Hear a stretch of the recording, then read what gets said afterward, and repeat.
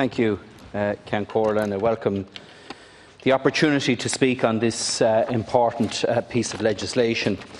I was thinking, coming over here to the Convention Centre this evening, it is now 3 years since I originally put forward this particular concept, and I want to particularly thank the current and previous management and board of the National Oil Reserve Agency, because without them and the tremendous effort that they put in dealing with a deficit, dealing with outstanding debt, and dealing with the fact that they didn't actually have the oil reserves available to them, since the establishment of this fund, they have done all that and as a result created a surplus that we're now discussing today. But of course, Minister, you'll know that there is a shortfall in this particular fund of €700 million, because the original concept that I came forward with would be a €1.2 billion fund, and that's something that we'll address at committee stage tomorrow, and I would hope that we get support from the government in relation to that. But to acknowledge the work that the staff, management and board within NORA have made to all of this, the issue regarding energy security is still a huge vulnerability for Ireland today, and we can't just brush that under the carpet. And can I propose and ask government to consider the issue of energy security policy, because we need to achieve set targets for indigenous energy supply in order to reduce or eliminate the import of energy into this country, increasing the exchequer reserves and protecting Ireland's energy security. And I believe that government need to create an energy security advisory committee to develop that policy and the associated action plan that would be needed post-Brexit to protect our energy security. And I think that is a role and capacity that NORA could have going forward. As you know, the Climate Action Fund was announced as part of Project Ireland 2040. And Project Ireland 2040, despite its criticism at the time, was a significant step forward in the approach, both in terms of scale and ambition in investment in the whole area of climate change. And the big difference between the promises that had been made by previous ministers for the environment was that the commitments were backed up by the funding to actually deliver on what was set out in Project Ireland 2040. €22,000 million directly in climate-focused investment, and a further €8.6 billion in sustainable mobility. That's €1 in €4 of a capital spend by the state and state agencies over the next decade that is focused on climate action and emissions reduction. This is significant not just in European terms, but in fact in global terms. And for Ireland, it represented a huge leap forward in our approach to addressing the issue of climate action. And of that €22 billion, €4 billion was going into energy efficiency upgrades, getting rid of dirty fossil fuels out of our heating systems in this country within a 200-month period, taking dirty fossil fuels out of power generation by 2025, and rolling out the smart farming initiative across the country, which has shown evidence to reduce emissions in agriculture by 10%. I suppose if you want to put another name on this particular piece of legislation, it is the Bring People With Us law, because that's the objective behind the Climate Action Fund. And from my experience as Minister for the Environment, environmentalists in many instances were far too focused on the vehicle rather than the end result to actually reduce emissions. Bringing people along the climate action journey was completely alien and is completely alien to many environmentalists. Instead, they want to take a continental European climate solution and shoehorn it into an Irish situation. And you're not going to get a replica result by doing that. On top of that, the communities across this country in rural Ireland are firmly of the view that the environmentalists are only interested in taxing people in rural Ireland to try and force them into our congested cities. But the objective and goal behind the Climate Action Fund was actually to come up with innovative solutions to Irish climate problems, because we have, believe it or not, very unique challenges here in Ireland. And it is an alternative to the approach advocated by the Green Party leader of carpooling for people living in rural villages, which isn't realistic or practical. However, the Climate Action Fund can fund initiatives that are practical, that can be implemented in urban and rural areas and will have a direct impact on our emissions profile. We need to acknowledge the fact that we have dispersed rural communities in Europe, by far the most dispersed anywhere in Europe. 37% of our population live on 96% of the landmass of Ireland, and the environmentalists need to wake up and realise that is not going to change anytime soon. So live with the facts and let's come up with solutions that deal with those facts. In 2018, in the city of Dublin here, just 50% of people have used public transport. Huge public investment going into it. That public transport solution is not available in rural Ireland, but we should be looking at how we can maximise the utilisation of public transport in urban areas. And carbon tax won't do that, because people in rural areas disproportionately pay more of that tax without any alternative. However, congestion charges, which have been dismissed to date by some people within the Green Party, are a solution to that. We also need to acknowledge that across the Midland counties, 1 in 5 homes, their only source of heating is solid fuel. So that is a huge problem that needs to be overcome, and we need to come up with a solution that deals with that here. District heating won't resolve that particular problem.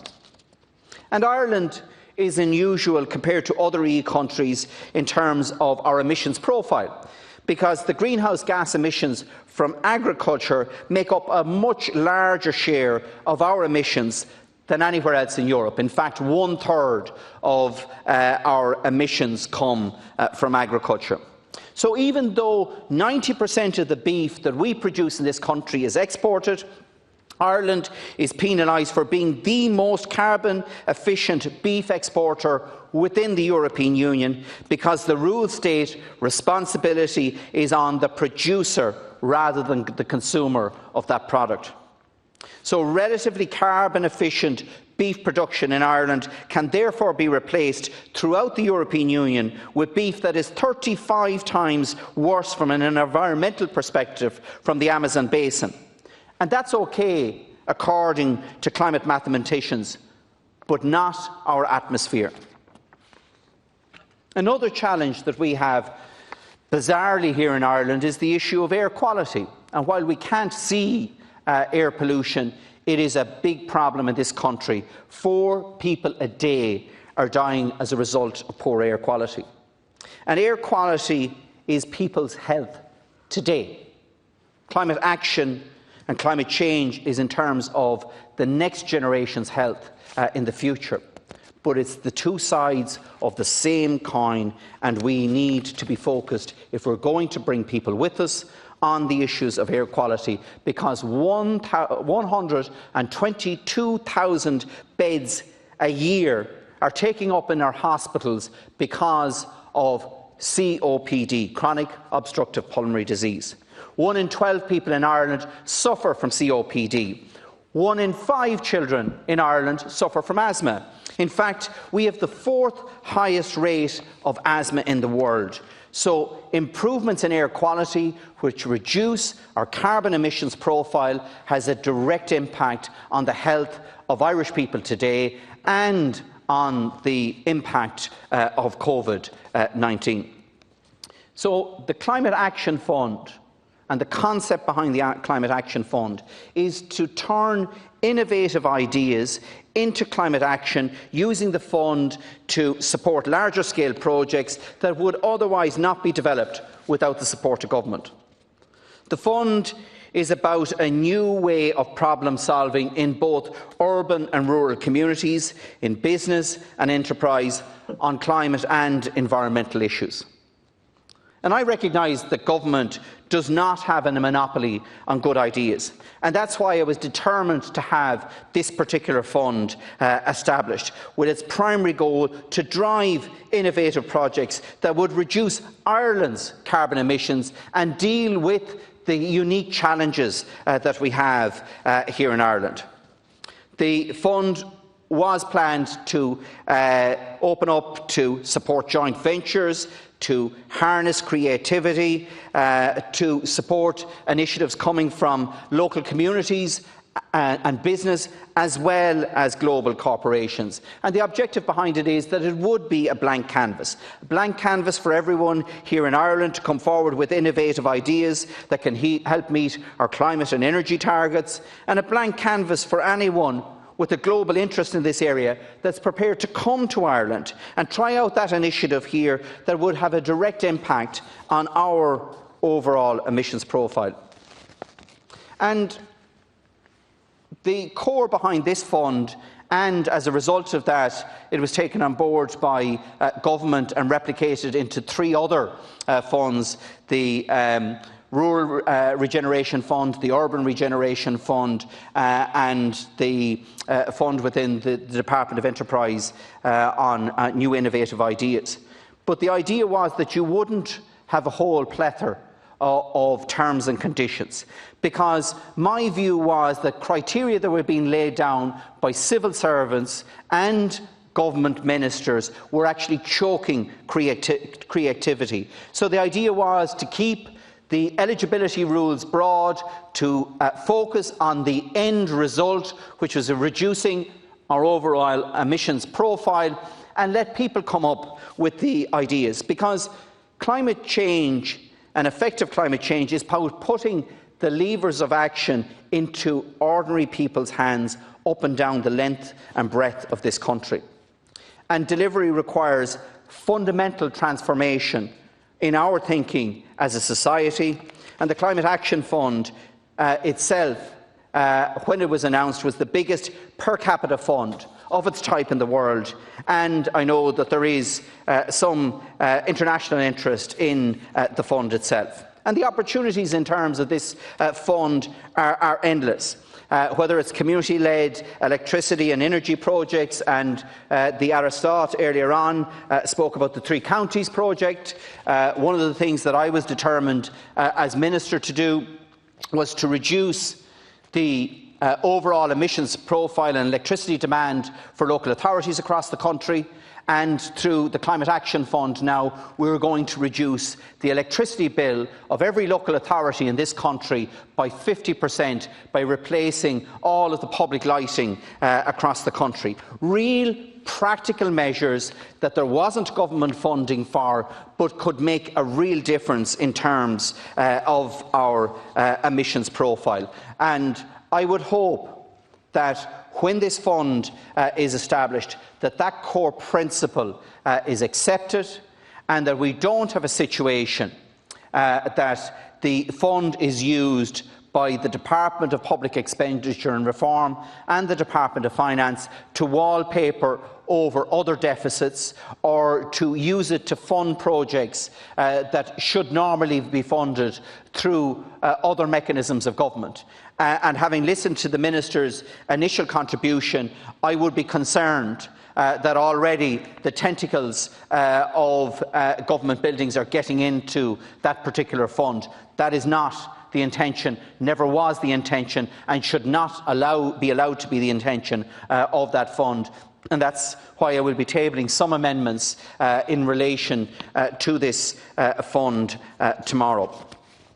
The other amendment that I will be putting down to this is to seek to have the fund increased to €1.2 billion.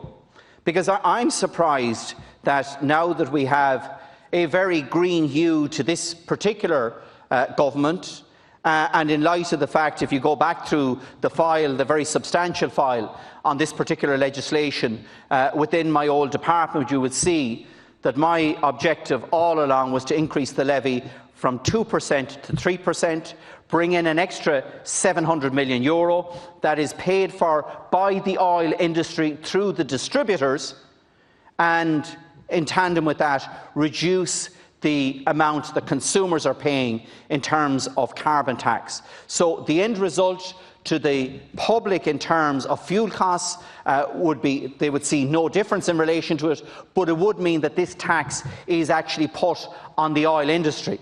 I can't believe that we're bringing forward a piece of legislation here that is not actually increasing the taxes on the oil industry from a government that is supposed to have such a green agenda. But you will get the opportunity to do that tomorrow, and I look forward to you accepting my proposal tomorrow. Finally, Cancórla, I want to bring up the other aspect of this fund.